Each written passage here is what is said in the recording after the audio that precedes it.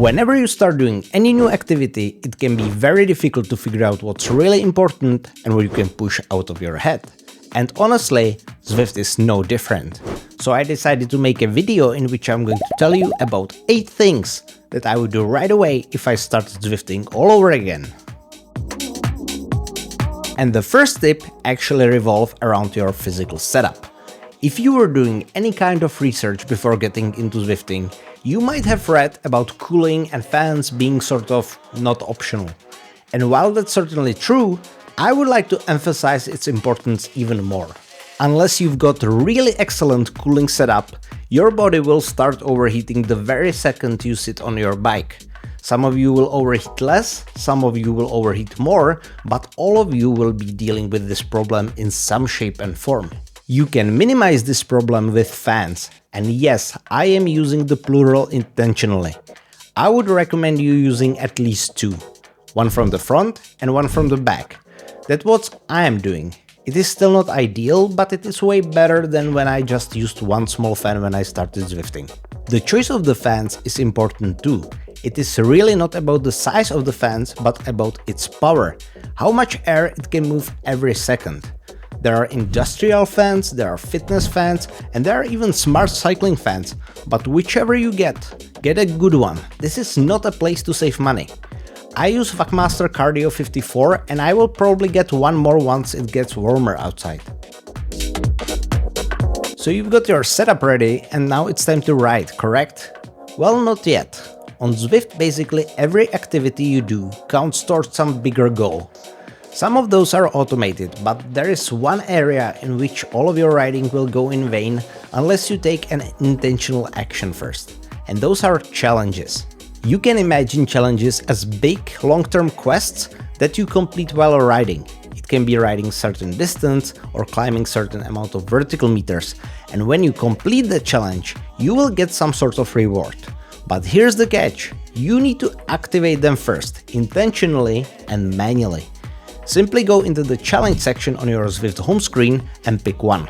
Probably the most popular challenge is the Everest challenge, which will ultimately reward you with the coveted Tron bike. But honestly, although it is cool, the Tron bike isn't that good after the last update, so my recommendation to you would be to pick the factory challenge.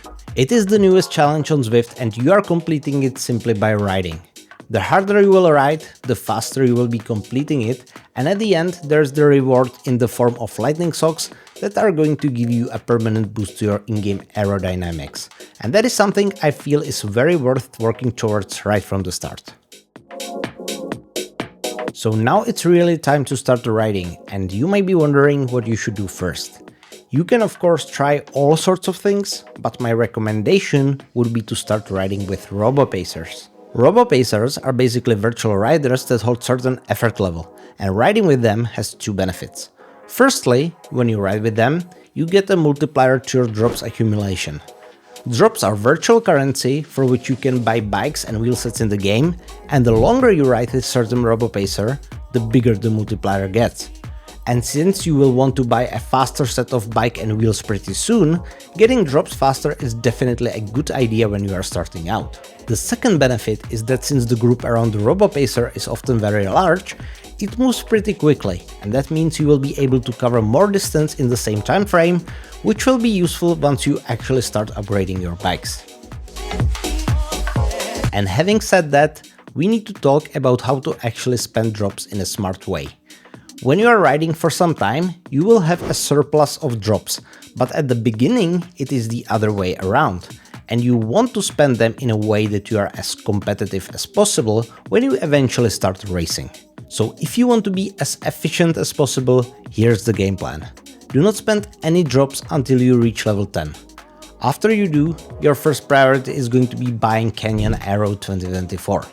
It costs 1.1 million drops. If you have that amount when you reach level 10, buy it immediately, otherwise buy it as soon as you can. When you do, start riding it so you accumulate kilometers for your first update. After you reach level 16, you are going to buy your first set of wheels, Rysel CLX 64. They are very cheap and they are one of the best wheels in the game and will improve your performance a lot. Other than that, you are not buying anything else because you will need the drops for upgrading the bike. I won't go into detail, but if you are interested about bike upgrades, I made a video about it and I will link it at the end of this video. When you have your basic setup up and running, it's time to start racing. I myself was waiting way too long for no reason.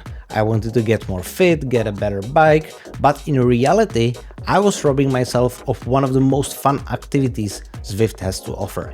If you are just starting out, I would recommend you to race the monthly Z Racing series. It's popular, which means there's always plenty of riders. There are races going on every hour, and the races themselves usually aren't too long or hard. Also, do not overthink it. Races are a way for you to push yourself, get a good workout in the legs, and have fun. There is no need for stress, just have fun with like-minded people. If you are going to race, however, you want to maximize your chances, and there's a setting in the options that's going to help you with that. It's called trainer difficulty. What this basically does is it makes hills feel easier, and I need to highlight the word feel. You will still need the same power output to move forward, but you won't need to shift as much, and when the climb gets really steep, you will be able to spin at higher cadence that you normally would be able with your gearing setup. There are purists that will consider this cheating, but it is a setting that's part of the game, available to everyone, and people do use it. So if you are not, you are kind of hurting yourself in races. 50% is a good setting for the start. Tip number 7. Forget about FTP. And I know this is going to make some people very angry. FTP stands for Functional Threshold Power, and it is a number many riders treat as a holy grail. There are, however, 3 problems with FTP. The first one is that there is often misunderstanding about what FTP really is. If you are going to search for that term, you are going to find many results that will claim it is a power that you can hold for 1 hour. The problem is that while there are riders for whom that is true, there are way more riders for whom it isn't. And if you are a beginner, you are very likely in the second group. I also made video about this, so if you are interested about this topic, the link is also going to be at the end. The second problem is it is very difficult to properly test FTP. There are many protocols available on Zwift and elsewhere that are designed to do that. There's the ramp test, there's the 20-minute test, the grade test, and many others. The problem with that, however, is that every rider is different and you can't apply a universal formula to everyone. You can use those tests to benchmark your progress, but that's pretty much all. And the final problem with the FTP is that even if you understand it well, even if you are able to test it properly, it is very difficult to actually do something based off that number. Sure, you can set your zone 2 with it, but it is not very actionable when it comes to interval training or even racing. So my advice is just forget about it, at least for now. But that doesn't mean you shouldn't train, and my preferred way to train by far is Xcert's training platform. Xcert is one of the few platforms that understands it is 2025 already. I won't again go into specifics on how it works, I've got a video for that also at the end, but in short, it creates a training plan directly for you, and what is the most important, it adjusts it consistently. Which means that if you miss a workout or actually go above the target for the day, you didn't wreck your training plan, it will simply adjust for that. Xcert is a paid platform, but there is a free 30-day trial, so you can test everything without any risk whatsoever, and I think you will love it if you do. I use it for more than 1 year and it's incredible, honestly. So those were my tips, but how about yours? Let me know in the comments, and if you like this video, I've got one extra tip for you. Subscribe to this channel because there's way more videos like this coming.